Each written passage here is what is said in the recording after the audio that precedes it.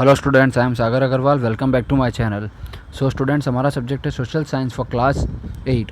हमने हमारा chapter number 7 start किया था, एनवायरमेंटल चेंजेस। तो इंट्रोडक्शन पार्ट में हमने देखा था कि किस तरीके से एटमॉस्फेयर जो है वो पॉल्यूट होता है, किस वजह से होता है। जो ह्यूमन एक्टिविटीज़ हम परफॉर्म करते हैं उनकी वजह से, जो इंडस्ट्री का वेस्ट होता है, इंडस्ट्रीज़ में से गैस रिलीज़ होता है, फैक्ट्रीज़ में से गैस रिलीज़ होता है, पावर स्टेशन में से गैस रिलीज़ होता है, या व्हीकल्स में से गैस रिलीज़ होता है, वो क्या करता है, पॉल्यूट करता है पूरे एटमॉस्फेयर को। और जिसकी वजह से हमें काफ़ी ऐसी जगह है जहाँ हम जाते हैं, वहाँ पे पॉल्यूशन होता है, तो हमें ब्रीदिंग में बहुत ज़्यादा दिक्कत होती है। तो वो किस वजह से होती है, एटमॉस्फेयर में पॉल्यूशन होने की वजह से होती है।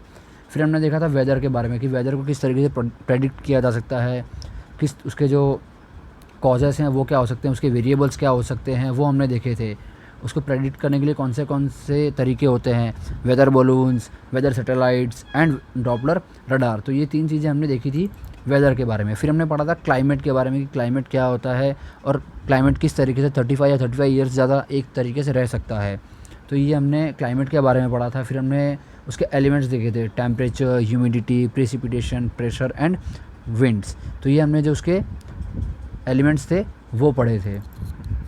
फिर एलिमेंट के बाद हमने पढ़ा था, हमारा टॉपिक हमने कंटिन्यू किया था ग्रीन हाउस फार्मिंग के बारे में कि मैंने आपको बताया था कि ग्रीन हाउस फार्मिंग क्या होता है, किस तरीके से ग्रीन हाउस फार्मिंग जो है वो की जाती है, उसके क्या एडवांटेजेस है, क्या बेनिफिट्स है। जो अल्ट्रा वायलेट रेज होती है वो डायरेक्टली जो अंदर एग्रीकल्चर प्रोसेस किया जा रहा है उस पर इफ़ेक्ट नहीं करती है, या फिर जो केमिकल होता है वो डायरेक्टली वहाँ तक नहीं पहुँच पाता है, जिसकी वजह से जो दिक्कतें होती है वो वहाँ पे नहीं होती है। और जो क्वालिटी होती है, क्वालिटी क्रॉप्स होते हैं वो भी बहुत ज़्यादा होते हैं, और उनकी जो क्वांटिटी होती है वो भी बहुत ज़्यादा ग्रो होती है।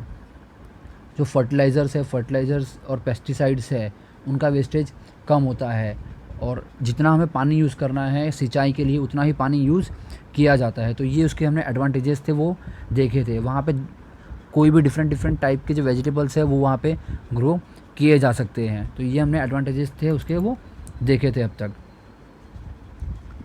और फिर हमने उसके कंपोनेंट्स देखे थे। उसके कंपोनेंट्स में देखे थे हमने structural design, green house covering और एनवायरमेंटल कंट्रोल। तो ये 3 उसके जो हमने देखे थे अब तक कंपोनेंट्स थे वो हमने देखे थे। अब आगे हम जो हमारा टॉपिक है वो कंटिन्यू करेंगे। हमारा जो नेक्स्ट टॉपिक है उसे हम कंटिन्यू करेंगे। कौन सा हमारा नेक्स्ट टॉपिक है वो हम इस वीडियो में देखेंगे। What is global warming? Global warming actually होता क्या है? Global warming refers to an unequal and continual rise in the average temperature of Earth's climate system due to the greenhouse gases। जो ग्रीनहाउस गैसेस, जो gases present है atmosphere में, उसकी वजह से जो चेंज होता है उसे हम कहते हैं ग्लोबल वार्मिंग। जो अर्थ सरफेस पे या फिर अर्थ के एटमॉस्फेयर में जो भी गैसेस है उसकी वजह से जो चेंजेस होता है उसे हम कहते हैं global warming. It occurs when certain gases in the atmosphere and trap infrared radiation. तो जो मैंने अभी आपको बताया कि जो गैसेस है वो एटमॉस्फेयर में प्रेजेंट होती है अल्ट्रा वायलेट रेज के थ्रू या फिर रेडिएशन के थ्रू, उसको हम क्या कहते हैं, global warming. This effects makes the planet warmer which subsequently reaches to the global warming. Global warming is the increase in average temperature of earth near surface air and ocean. कहाँ पे ज़्यादा देखने को मिलता है? अर्थ सरफेस एयर या फिर oceans के पास। तो इस जगह पे हमें जो ग्लोबल वार्मिंग का इफ़ेक्ट जो है वो बहुत ज़्यादा देखने को मिलता है। हम अगर ऐसे कोई एरिया में जाते हैं जहाँ पे ओशन हो या फिर सी हो, तो वहाँ पे जो इस तरीके का इफ़ेक्ट है वो हमें देखने को मिलता है। जो मेजर गैसेस है वो कौन सी है जो एटमॉस्फेयर में प्रेजेंट है जिसकी वजह से ग्लोबल वार्मिंग होता है? कौन सी है वो? वाटर वेपर 36 to 70% अवेलेबल है, carbon dioxide 9 to 26%, methane that is 4 to 9%, and ozone layer में जो गैसेज है वो प्रेजेंट है वो 3 to 7% है, जिसकी वजह से ग्लोबल वार्मिंग पे उसका इफेक्ट पड़ता है। Causes of global warming: